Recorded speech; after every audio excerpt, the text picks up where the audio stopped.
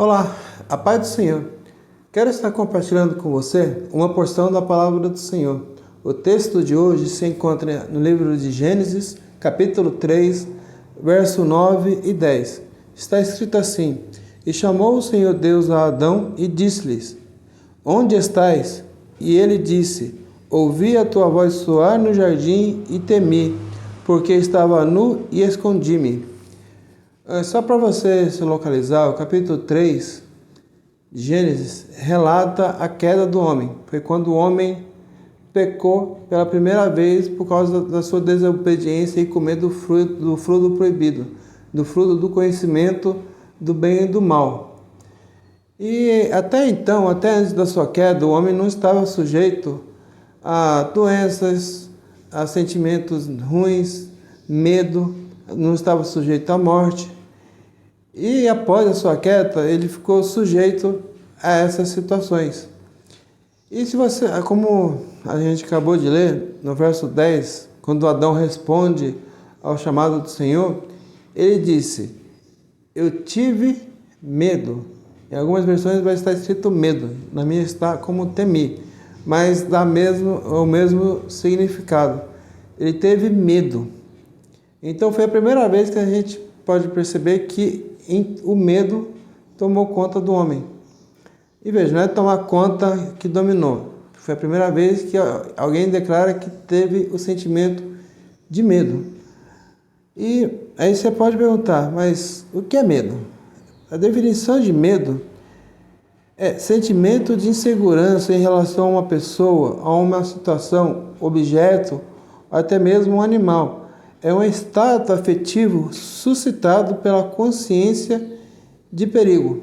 E veja, o que pode causar medo para uma pessoa pode não causar medo para outra, e vice-versa.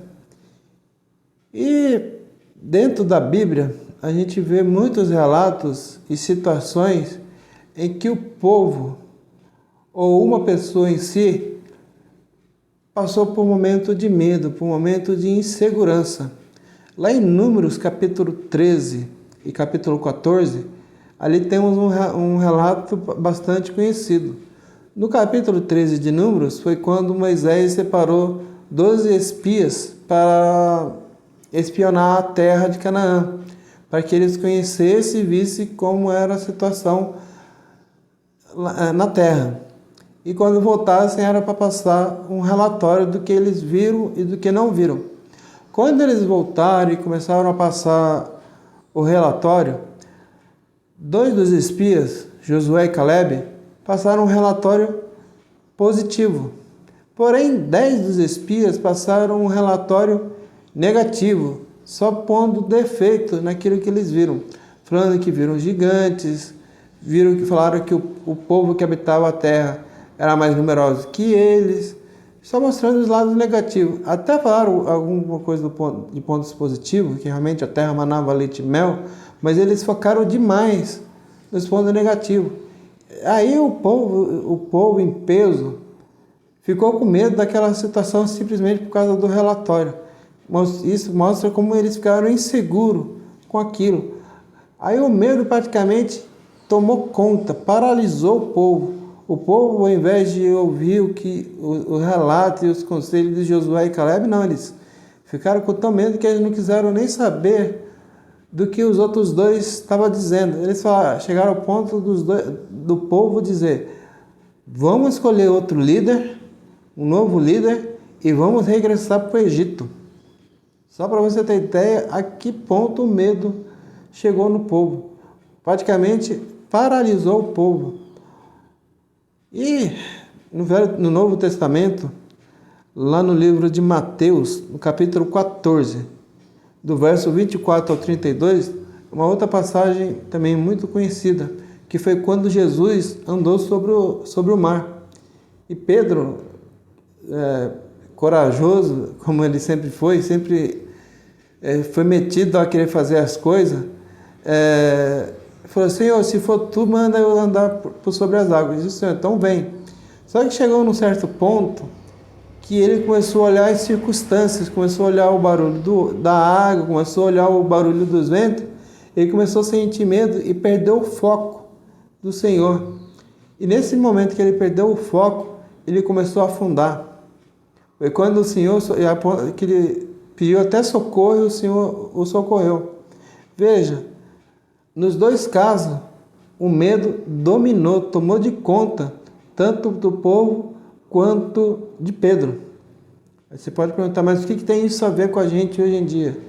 Se você observar, nos nossos dias, do que tem de pessoas com fobias?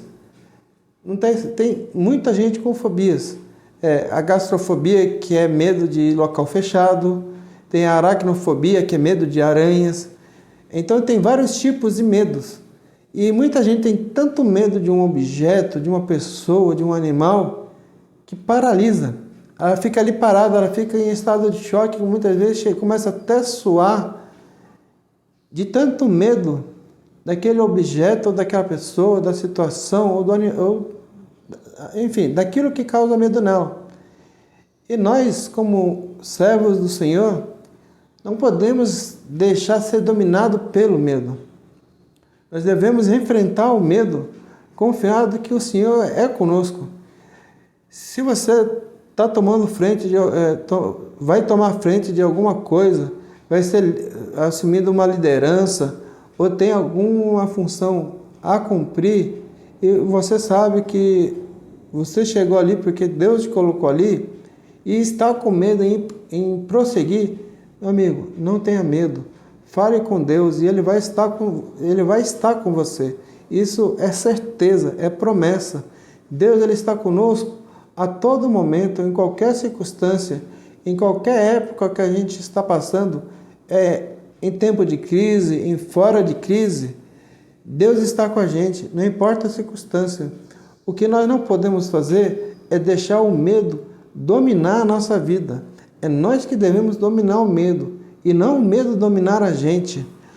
Para encerrar, vejamos o que está escrito lá em 2 Timóteo, capítulo 1, verso 7. Está escrito o seguinte: porque Deus não nos deu o espírito de temor, mas de fortaleza, de amor e de moderação. Veja, Deus não nos concedeu espírito de medo. Ele nos deu espírito de fortaleza, de amor e de moderação. Quer dizer que Deus não concede para a gente espírito de medo. Não devemos ser covardes, não devemos ser medrosos. Lembre-se do que está escrito lá em Josué, capítulo 1, verso 9. Não te mandei eu? Seja forte e corajoso.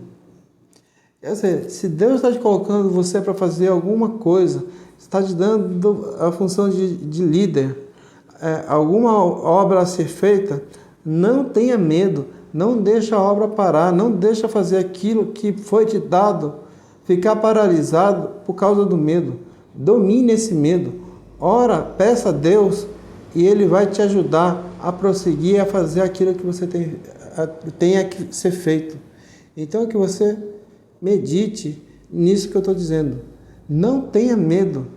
Se Deus mandou você fazer, Ele vai ser contigo. Amém? Que você possa estar refletindo nisso que eu te falei hoje. Que Deus te abençoe. Um forte abraço e até a próxima.